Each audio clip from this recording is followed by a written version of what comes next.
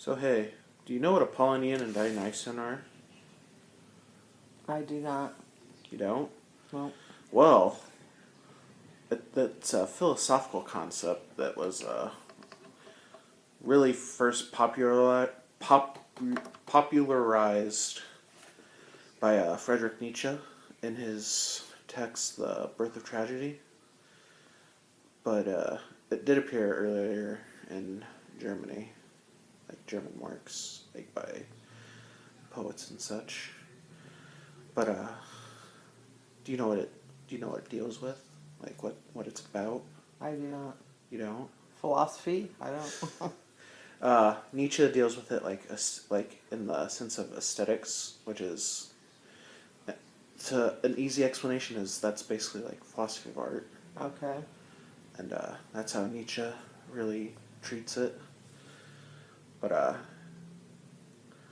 to give some background on it, it's actually named after two Greek gods, and you really see the influence here, where these two gods, their traits are really like put into these concepts. Like you have Dionysus, who is he's a god of wine, theater, revelry.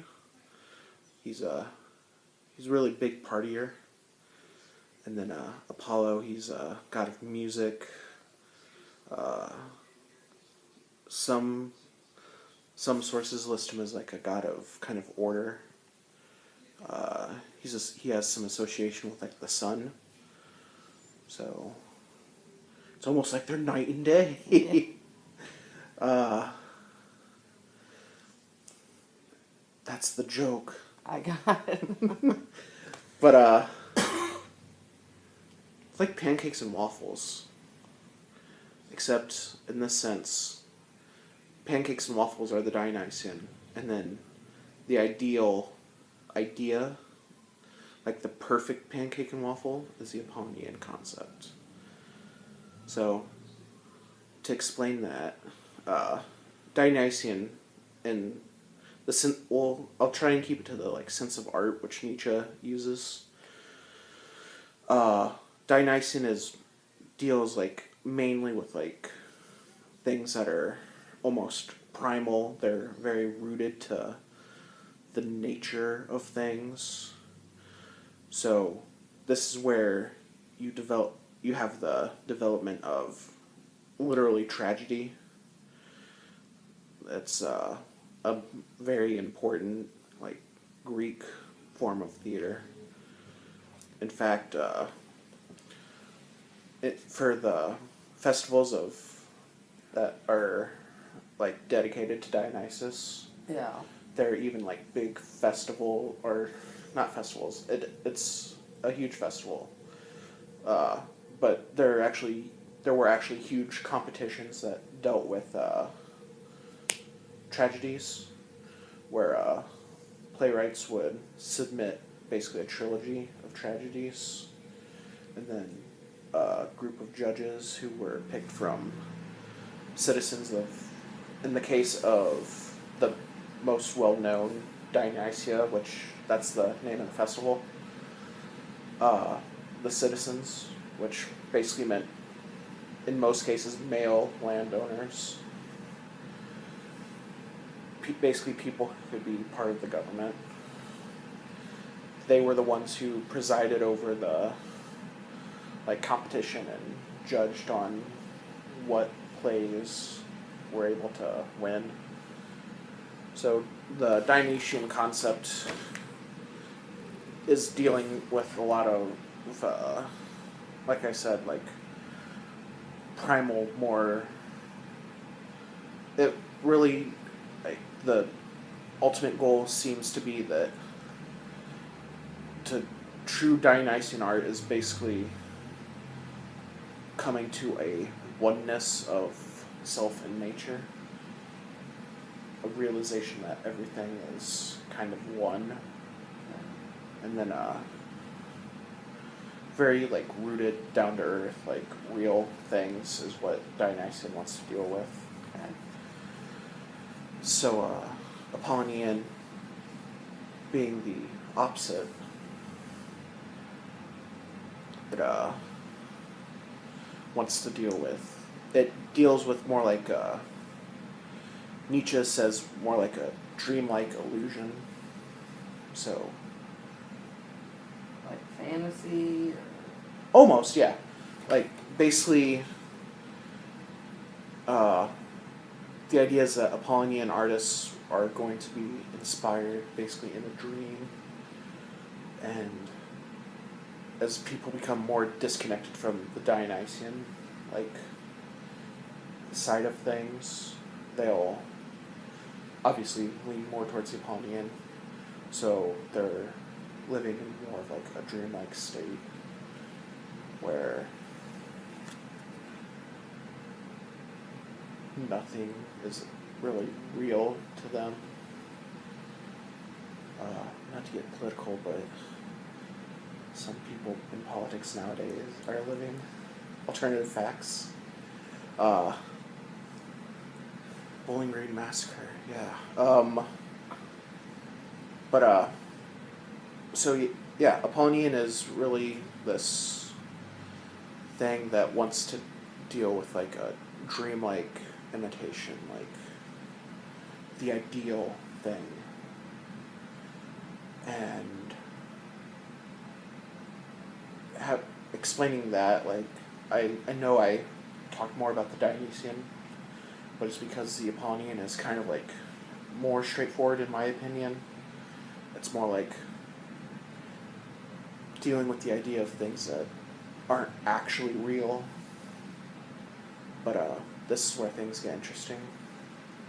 When you compare both of them closely, they're actually really important to each other, and they're kind of wrapped around each other. So, they're complementary contradictions, meaning that each will help the other grow.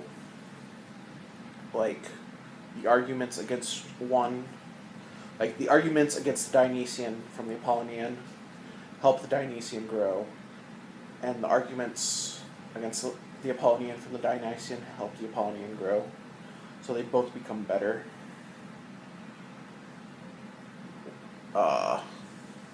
So complementary contradictions. This is coming back to the Waffles and Pancakes argument. Or not argument, but example. So, Waffles and Pancakes.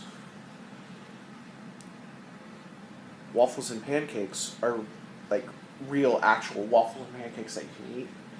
Both of those are Dionysian concepts. But it's not so much black and white as it sounds, like two opposite things. But when you really get into it, it's more of like a sliding scale. Like, in this example, compare pancakes as being the purely Dionysian thing. There's no order. You're basically just putting blobs of batter, pancake mix, whatever you want to call it, into a pan and cooking it. And then you have waffles. It's ordered. You have these grids that hold syrup.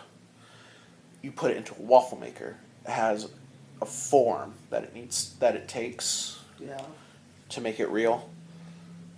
That's progressing towards the Apollonian. So, if pancakes are the absolute Dionysian, and waffles are the kind of middle ground, that means the absolute Apollonian is basically this ideal form of both of these things that isn't real. Or it's real in the sense that it's an idea, so it's only real in a metaphysical sense, which is, in our case, the simple explanation, yeah, an idea. And so you have your pancake, your real pancake, pure Dionysian. your middle ground in this example, the waffle, and then your ideal form of a pancake or a waffle as the purely Apollonian concept. And you actually see, you can actually have examples of Apollonian artists kind of branching into the Dionysian, but thinking it's Apollonian still, because